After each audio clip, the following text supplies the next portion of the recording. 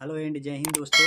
आज हम फिर एक नए टॉपिक के साथ में कुछ नए सेंटेंस लेकर के आए हुए हैं। आप लोगों को पता है, हम इस संसार में कहीं पे भी रहें, गांव में रहें, शहर में रहें, देश विदेश कहीं पे भी रहें, एक दूसरे के साथ में रहते रहते कभी ना कभी हमारे साथ में बाता कहानी जरूर हो जाता है, यानी कि झगड़ा तकरार। उन सब जगहों पे कभी कभी हमें इंग्लिश में कुछ वर्ड का प्रयोग करना पड़ता है, और उन सब जगहों पे अगर ये वाला इंग्लिश का शब्द हमें पता हो और इन सब चीज़ों का प्रयोग करें तो काफ़ी हद तक बढ़िया लगता है। और इंग्लिश में क्या होता है ना कि बेसिकली देखा जाए कि कुछ उटपटांग शब्द भी अगर हम इंग्लिश में बोल देते हैं तो उसका मतलब थोड़ा सा बढ़िया ही देखने को मिलता है। ठीक है, जैसे कि आप लोगों को पता हो, ये पता है कि यू कहना और यू कहना, एक यू शब्द ऐसा है इंग्लिश का जिसको अगर किसी के लिए आप बोलना है तब भी यूं ही बोलेंगे और तुम बोलना है तब भी यूं ही बोलेंगे। लेकिन अगर ऐसे हम किसी को तुम बोल दें हिंदी में तो हमसे अगर श्रेष्ठ होंगे तो ये हमारी बदतमीजी कहलाएगी। ठीक है, अगर हमसे छोटा है तो तुम बोलते हैं तो चलेगा, लेकिन इंग्लिश में चाहे वो छोटा हो या बड़ा हो, आप के लिए हम यू ही का प्रयोग करते हैं और तुम के लिए। ठीक है, तो बेसिकली इंग्लिश में कुछ ऐसे वर्ड होते हैं जो कई जगह पे बोलने पे उसका मतलब कुछ खास ये नहीं होता है, उससे आदमी नाराज, व्यक्ति जो सामने वाला होता है वो नाराज नहीं होता है। ऐसे ही कुछ सेंटेंस लेकर के आए हैं कि कभी कभार हमारे दोस्तों के बीच या किसी और रिलेटिव के बीच झगड़ा तकरार हो जाता है, हम लोग क्या करने लगते हैं, एक दूसरे को धमकी वगैरह देने लगते हैं। उस समय में अगर हमें कुछ सेंटेंस इंग्लिश का बोलना हो तो हम किस तरीके से बोलेंगे। ठीक है, वैसा ही मैं 10 सेंटेंस लेकर के आया हूँ जो बेसिकली झगड़े तकरार में बार बार यही चीजें, यही सब शब्द वगैरह बोला जाता है, क्योंकि गुस्से में आदमी को समझ में नहीं आता है कि हम क्या बोलने जा रहे हैं। कई मरतबा बहुत ऊंचा बोल जाते हैं हम लोग। ठीक है, तो अगर हमें ये चीज पता हो तो किसी अपने के साथ में ऐसा नहीं करना चाहिए। बेसिकली अगर कहीं अलग जगह पे हो रहा है तो आप इन शब्दों का यूज कर सकते हैं। झगड़ा तकरार हो या बाता कहानी हो कहीं पे भी, या आप किसी दूसरे जगह पे हो, आप लोगों को समझता हो कि ये लिटरेट है, पढ़ा लिखा नहीं है, अनएजुकेटेड है, उस समय अगर आपको ये 10 सेंटेंस पता हो तो उसको बातों बातों में बोलो। वो आपका मन ही मन बोलेगा, अरे यार इसको हम ऐसे ही बोल रहे थे, ये तो पढ़ा लिखा व्यक्ति है। ठीक है, तो देखते हैं हम लोग कि पहला सेंटेंस हमारा क्या है। तो पहला सेंटेंस हमने जो ये लिया है कि जैसे बार बार बातचीत करते समय हम कोई काम कर बैठते हैं और सामने वाला आ करके बोलता है कि तुम्हारी हिम्मत कैसे हुई। ठीक है, तुम्हारी हिम्मत कैसे हुई, आप देख सकते हैं इस वर्ड को। तो इसी चीज को अगर वो इंग्लिश में बोले या हम किसी को बोल रहे हैं, कुछ गलत कर दिया हमारे साथ में, जो कि हमारे साथ वो करने लायक था नहीं लेकिन कर गुजरा है, तो उसको हम लोग थोड़ा सा गुस्सैल टाइप में बोलते हैं कि तुम्हारी हिम्मत कैसे हुई। तो उसको हम लोग इंग्लिश में कैसे बोलेंगे, तो इसके लिए हम लोग बोलेंगे how dare you. How dare you, यानी कि तुम्हारी हिम्मत कैसे हुई। नेक्स्ट हमारा दूसरा जो आता है, मैं दूसरे क्वेश्चन को हम लोग जो लिए हैं, मैं तुम्हें नहीं छोड़ूंगा। ठीक है, बार बार ऐसे बातचीत होते, बात कहानी होते समय में हम बोलते हैं कि मैं तुम्हें नहीं छोड़ूंगा। ठीक है, तो इस चीज को अगर इंग्लिश में बोलना हो तो क्या बोलेंगे, I want live you, I want live you. ठीक, यानी कि मैं तुम्हें नहीं छोड़ूंगा। देन हमारा तीसरा सेंटेंस जो है वो हो जाता है तुम बहुत शैतान हो। ये किसी बेसिकली बच्चे को भी बोला जाता है। ठीक है, या कभी गुस्सा होकर के कोई किसी के साथ झगड़ा तकरार हुआ है तो वो व्यक्ति हमें भी बोल देता है, या हम किसी और के लिए भी बोलते हैं तुम बहुत शैतान हो। अगर ऐसा बोलना है तुम बहुत शैतान हो तो इसके लिए हम लोग इंग्लिश में बोलेंगे you are such devil, you are such devil. Then हमारा चौथा नंबर जो आता है, यहाँ से दफा हो जाओ। कई मर्तबा बात करते करते हमारे मम्मी पापा, हमारे पेरेंट्स हो या कोई हमसे श्रेष्ठ हो, हमसे बुजुर्ग हो, वो परेशान हो जाता है हमारा ये सब बात सुन सुन करके।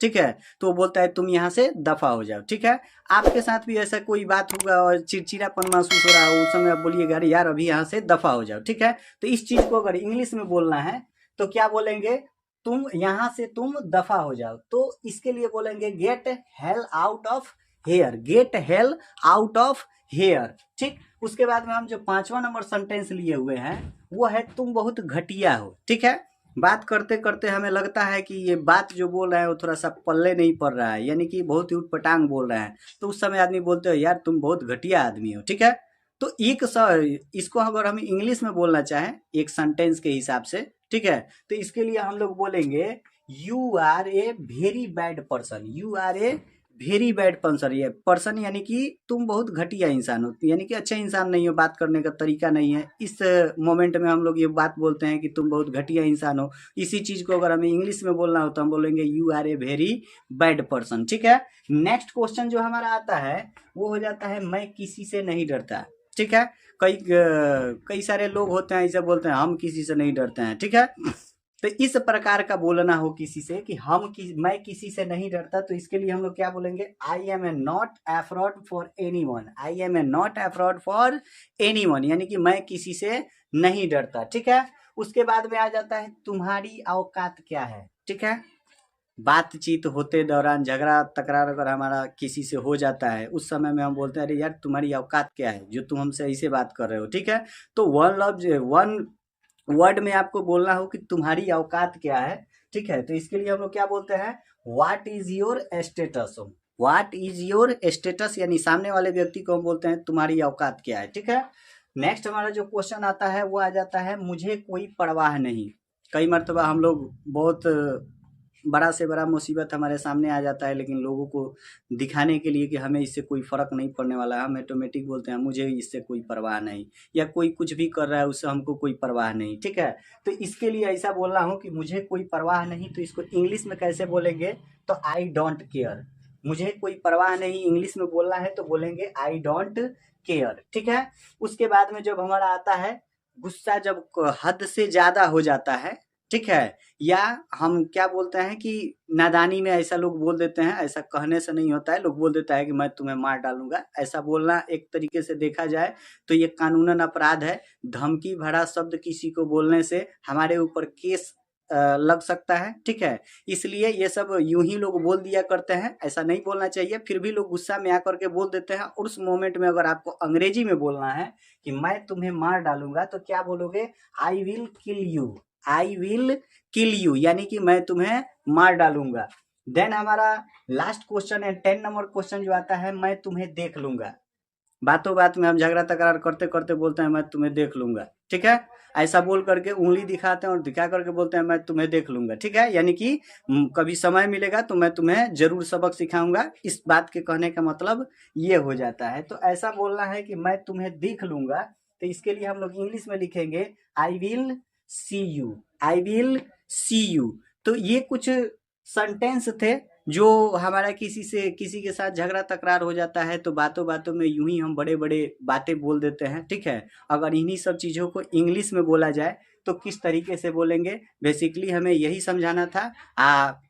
हमारा ये समझाने का कहीं मतलब ये नहीं है कि आप लोग भी किसी के साथ झगड़ा करें और झगड़ा करके और इन सब वर्डों का प्रयोग करें। बट हाँ, कभी कभी आपको मैं बता देना चाहता हूं कि मैं गल्फ रिटर्नर हूं, कतर में 2 साल जा करके रहा हूं।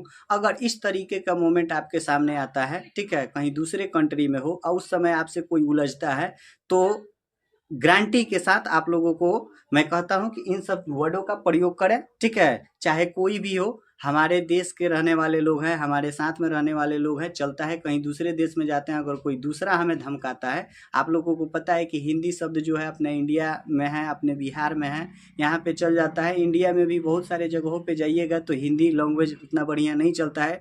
आगे जाने के बाद में अगर इंडिया छोड़ते हैं या इंडिया के अदर किसी भी कंट्री स्टेट वगैरह में जाते हैं, अदर किसी सिटी में जाते हैं, तो वहाँ बहुत सारे लोग हमारे हिंदी को नहीं समझ पाते हैं। हर जगह का अलग अलग लैंग्वेज होता है। बेसिकली मैं ये अदर कंट्री में रहने वाले लोगों को प्रेफर करूंगा कि जब भी अगर ज़रूरत पड़े तो इन सब वर्डों का प्रयोग जरूर करें, और ऐसे ही ऐसे ही सेंटेंस को सिंपल शब्दों में जानने के लिए हमें फॉलो जरूर करें। और यहाँ पे दोस्तों मैं पहले ही लिख लेता हूँ ताकि आप लोगों का समय ज़्यादा बर्बाद ना हो, क्योंकि एक एक सेंटेंस लिखते जाऊँगा और एक एक सेंटेंस को बनाते जाऊँगा तो वीडियो हमारा काफ़ी लंबा हो जाएगा।